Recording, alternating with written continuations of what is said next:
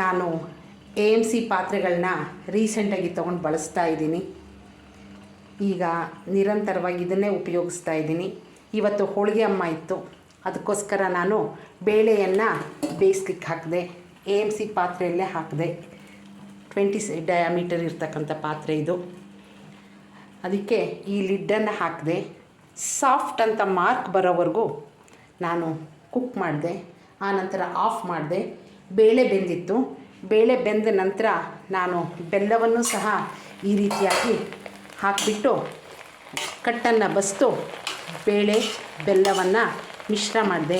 ಬೇಳೆನೂ ಬೆಂದಿದೆ, ಚೆನ್ನಾಗಿ ಬೆಂದಿದೆ. ಈಗ ಮಿಕ್ಸಿ ಮಾಡಿ ಹೂರಣ ಮಾಡಬೇಕು. ತುಂಬ ಚೆನ್ನಾಗಿ ಬೆಂದಿದೆ. ಕಟ್ಟನ್ನು ತೆಗೆದಿದ್ದೀನಿ. ಕಟ್ಟು ಸಹ ಚೆನ್ನಾಗಿ ಬಂದು ಸಾಂಬಾರು ರೆಡಿಯಾಗಿದೆ. ಮತ್ತು ಈ ಪಾತ್ರೆಯಲ್ಲಿ ಪಲ್ಯಕ್ಕೆ ಬೇಕಾಗಿರ್ತಕ್ಕಂಥ ಕಾಳುಗಳನ್ನ ಬೇಯಿಸಿದ್ದೀನಿ. ಈಗ ಪಲ್ಯ ಆಗಬೇಕು. ಏನಪ್ಪ ಅಂದರೆ ಒಂದು 1/4 ಗಂಟೆ ಅರ್ಧ ಗಂಟೆಗಳಲ್ಲಿ ಎಲ್ಲ ಕೆಲಸ ಆಗಿಬಿಡುತ್ತೆ. ನನಗೆ ತುಂಬ ಟೈಮ್ ಸೇವ್ ಆಗ್ತಾಯಿದೆ. ಟೇಸ್ಟು ತುಂಬ ಚೆನ್ನಾಗಿದೆ. ನೀವು ಮಾಡಿ ನೋಡಿ. ಹೋಳಿಗೆ ಮಾಡಿದ ನಂತರ ಮತ್ತೆ ನಿಮಗೆ ಪುನಃ ಹೋಳಿಗೆಯನ್ನು ಹಾಕ್ತೀನಿ. ಧನ್ಯವಾದಗಳು. AMC ಸಾಫ್ಟಾಗಿ ಹೂರಣ ಆಯಿತು. ಹೂರಣ ಆದಮೇಲೆ ಹೋಳಿಗೆ ರೆಡಿ ಆಗ್ತಾಯಿದೆ. ಎಲ್ಲ AMC ಪ್ರಭಾವ. ಹೋಳಿಗೆನೂ ಚೆನ್ನಾಗಿ ಆಗ್ತಾಯಿದೆ.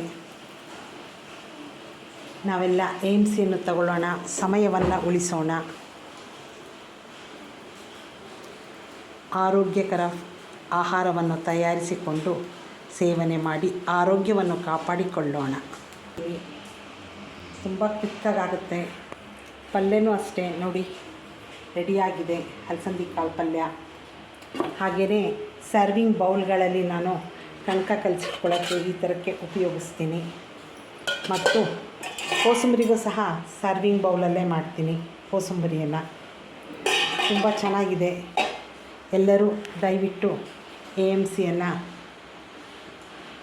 ಪ್ರಿಫರ್ ಮಾಡೋಣ.